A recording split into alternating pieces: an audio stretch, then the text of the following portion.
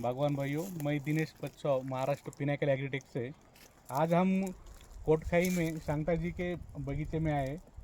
ये जो बगीचा है इस पे हाई डेंसिटी प्लांटेशन है रूस्टॉक का। तो वही हमें जानकारी चाहिए शांता जी से कि जो अभी ट्रेडिशनल मेथड से जो अभी यहाँ पे सेब का कल्टीवेशन हो रहा था, अभी जो 4-5 साल से अभी नया ट्रेंड चालू हुआ रूस्टॉक का, उसकी जानकारी हमें चाहिए कि रूस्टॉक्स में आपने कौन कौन सी वैरायटीज़ लगाई है और उसके बेनिफिट्स क्या है, वो थोड़ा हमें। जनरली अभी तो देखिए सर, अभी इनिशियल स्टेज पर है सारे ना।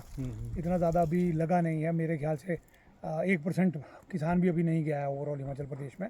बट लेकिन जो गए हैं उनके जो कॉन्सिक्वेंसेज आए हैं, सबके जो फीडबैक आया है लोगों से, तो सब इसको कह रहे हैं कि ये इन फ्यूचर में यही फ्यूचर है। और आने वाले टाइम में जो है जिस हिसाब से हम सूखे से जूझ रहे हैं, सेकेंडली जो है हमारे पास रूट रॉट की बहुत प्रॉब्लम आ रही है कुछ एरियाज़ के अंदर, है ना। कॉलर और रूट की बीमारियाँ भी चली है। तो ये थोड़ा सा इसमें जो अब जो नई सीरीज आई है M9 के अलावा, जैसे जिनेवा वगैरह है, तो वो सारी जो है उनमें टॉलरेंस है उनको सहन करने की, इन बीमारियों को सहन करने के लिए। इसीलिए अब किसानों के लिए यही फ़ायदेमंद रह गया। अच्छा, पूरा यूरोप जो है, जितना भी अभी पूरे वर्ल्ड के अंदर जो सेब होता है सारा रूट स्टॉक पे हो रहा है। तो जनरली अब हमको भी इस तरफ जाना पड़ेगा, क्योंकि it's the need of the our.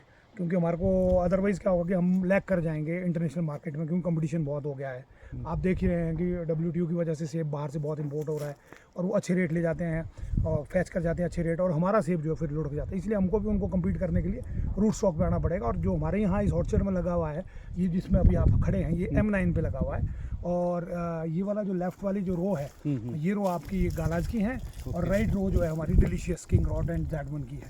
तो सेकेंडली जो है गाला हमारे लिए ज़्यादा फ्रूटफुल है जिन हाइट्स में हम रह रहे हैं, क्योंकि हमारी हाइट जो है 5700-5800 के आसपास की हाइट है। तो मोर ओवर यहाँ जो है फर्स्ट वीक ऑफ जुलाई और सेकंड वीक ऑफ जुलाई के बीच में हमारा सेब तैयार हो जाता है। तो इस साल भी हमने we fetch a very good market in Jaipur. At least 250 रुपये तक हमने सेब बेचा है। और आने वाले टाइम में हम एक्सपेक्ट कर रहे हैं कि मे बी ये हम इंपोर्ट वाले सेब के साथ डेफिनेटली कम्पीट कर लेंगे। और मेरा मानना तो ऐसा कि किसानों को डेफिनेटली इसमें जाना चाहिए, क्योंकि रूट स्टॉक में जो एक तो आपकी अपनी मेहनत एक साल लगाओगे, दूसरे साल फल आना शुरू हो जाता है। थोड़ा सा ये ज़रूर है कि इसमें कंटिन्यूसली आपको विजिट करना पड़ता है, देखना पड़ता है। ऐसा नहीं है कि भी आप एब्सेंटी फार्मर होकर आप काम कर पाएंगे। लेकिन यील्ड आप इसी ब्लॉक की अगर मैं बात करूं तो हमारे पास इसमें 1480 प्लांट लगे हुए हैं। ये 2020 और 19 में लगा था, फेज्ड मैनर में लगा था। आधा 19 में लगा था, आधा 20 में लगा था। तो इस साल हमारे पास इसमें 854 बक्स हमने जो है 754 बॉक्सेस हमने जो है 13 से 14 किलो वाले मार्केट किए थे। तो इसमें जो है 16 लाख रुपए का सेब जो है मार्केट से हुआ था। तो अगले टाइम हमारा एक्सपेक्टेशन ये है कि इसमें मैक्सिमम यील्ड हमारी जो 2026-27 तक आएगी। मान के चलो कि हम एक जो है 13, 14, 15 किलो का एक डब्बा मान के चलेंगे, इसमें निकाल पाएंगे। तो 1500 डब्बा जब होगा तो डेफिनेटली 30 लाख रुपए का हमारा टारगेट है। अब लगा, पहले तो हम भी सोच रहे थे शायद 20 किलो सेब निकल जाएगा या 25 निकल जाएगा एक प्लांट में। हाँ, एक प्लांट में। पर मेरे को अब लगता नहीं है। ऑन एन एवरेज जो है 15 किलो ही हमारा एवरेज आएगी इसमें। हो सकता है कोई पौधा 20 ले जाए, तो वो बहुत अच्छा यील्ड है। क्योंकि पर एकड़ अगर आप बात करें तो हमारे, अगर हम ट्रेडिशनल में होते इसमें, तो पर एकड़ हमारी इसकी इनकम बहुत ज़्यादा अगर जाती तो 10 लाख से ऊपर नहीं जानी थी, चाहे हम जितनी मर्जी मेहनत करते। तो 3 टाइम आपकी इनकम होगी है। तो इट मीन्स यील्ड हमारा जो है 3 गुना डेफिनेटली बढ़ा है।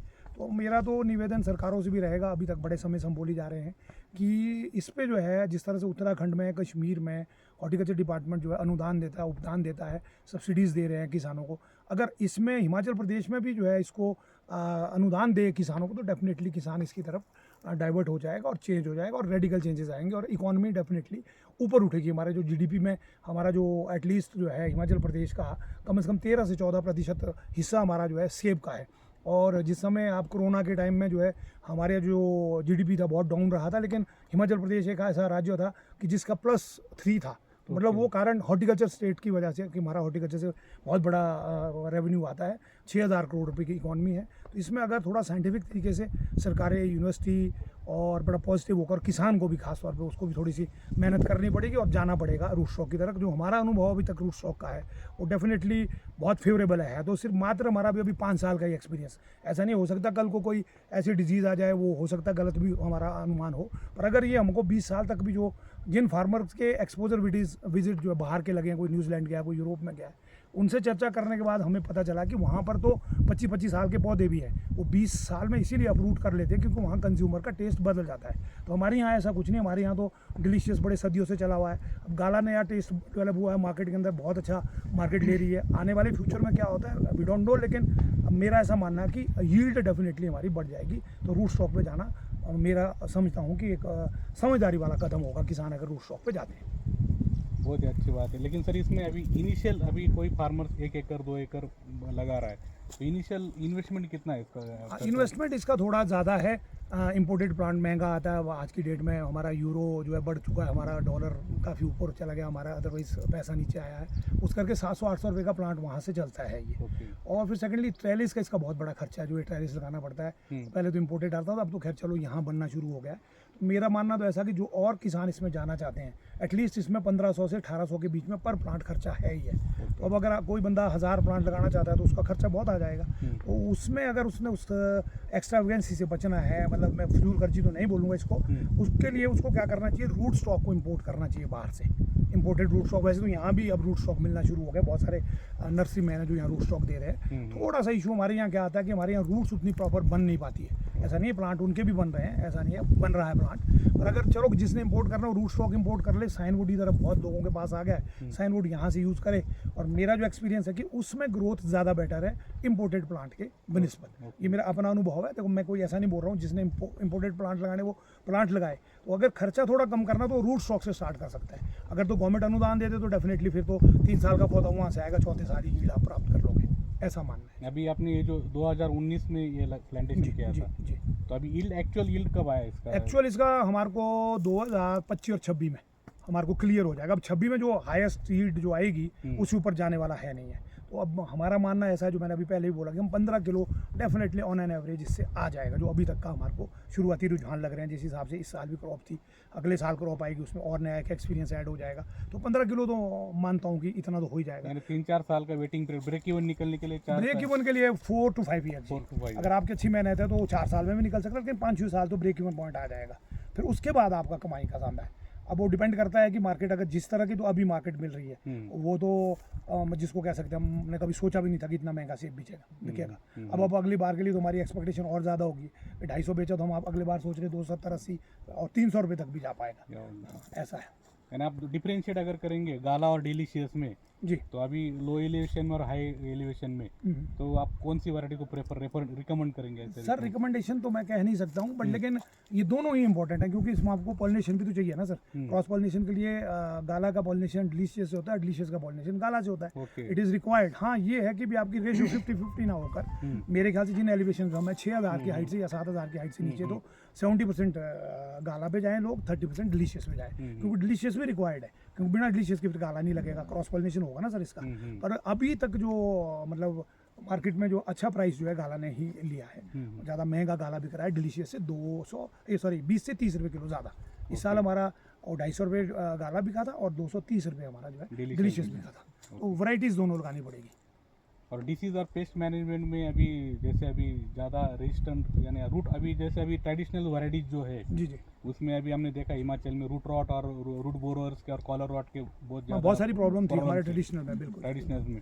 तो इसमें अगर इसमें देखो रूट रॉट का तो मेरा ऐसा मानना है कि क्योंकि इसमें रेस्ड बेड होते हैं तो चांसेस बहुत कम है रूट रॉट की इसमें, क्योंकि पानी आपका रुक ही नहीं रहा, वाटर लॉगिंग हो नहीं रही है। और सेकंडली रूट बोरर की समस्या आ सकती है इसमें, क्योंकि रूट बोरर तो नहीं, एक ग्रब आता है हमारे पास, व्हाइट ग्रब। हाँ व्हाइट ग्रब आता है, वो जो है जुलाई और अगस्त के बीच में बड़ा डैमेज करता है। उस समय ज़रा थोड़ा सुपरविजन करने की बड़ी आवश्यकता है। ऐसा कोई बिग प्रॉब्लम नहीं है, अगर उसको उस समय ही मार दिया जाए, या जैसे आप देख रहे हैं इसमें पेस्टिंग जो कर रखी है मिट्टी और उसकी ना, तो उससे भी थोड़ा बच जाता है, वो ज़रा देखना पड़ता है, वो मेजर प्रॉब्लम है। जिसने नहीं देखा वो व्हाइट ग्रब जो है बाद में आके नीचे इसकी कैमियम लेयर को पूरा खा जाता है, और फिर जो है आपकी सप्लाई बंद हो जाती है और पौधा मर जाता है। वो एक बड़ा थ्रेट है, खासतौर पे M9 पे। कारण ये कि M9 में बर्न नॉट्स होते हैं, और बर्न नॉट्स बड़ा नरम होता है, उस जगह से वो जो व्हाइट ग्रब जो है एंटर कर जाता है और फिर उसके कैमियम लेयर को पूरा खा जाता है। वो थोड़ा सुपरविजन करने की आवश्यकता है।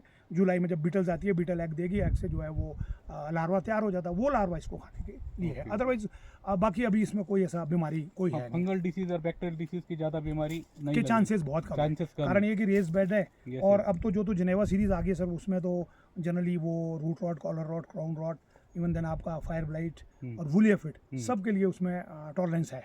मतलब वो रीप्लांटेशन साइट्स के लिए तो जिनेवा ही ज़्यादा बेटर रहेगा सर। यानी रूस्टॉक में जिनेवा सीरीज नहीं जी है। जी, खास तौर पे उन ऑर्चर्ड्स के लिए जिसमें ऑलरेडी पहले ऑर्चर्ड लग चुके थे, जो तो वर्जन सॉइल है वहाँ तो चलो आप M9 में भी जाओ, लेकिन अब उन्होंने निकाला है जो खास तौर पे हमारी रीप्लांटेशन साइट्स है वहाँ के लिए जिनेवा का जैसे 890 आया है, 969 है, ये सेमी विग्रस में है दोनों। फिर आपका 213, 214, G41 ये आपके ड्वार्फ में है, तो जिसमें भी जाना जो M9 की तरह है सेम। तो अब जो है नए नए बहुत सारा रिसर्च यूरोपियन लोग कर रहे हैं, तो अब अल्टीमेटली हमको भी उनके साथ चलना ही पड़ेगा, आप उसकी नकल बोलो चाहे जो मर्जी। ओके, जी जी चलो बहुत ही अच्छी इंफॉर्मेशन सर जी ने दी रूस्टॉक के बारे में और हाई डेंसिटी प्लांटेशन के बारे में। ये इंफॉर्मेशन सभी हिमाचल और इंडिया के जो भी एप्पल ग्रोअर्स है इनके लिए बहुत यूज़फुल है। Sir thank you very much. धन्यवाद धन्यवाद सर, थैंक यू सर।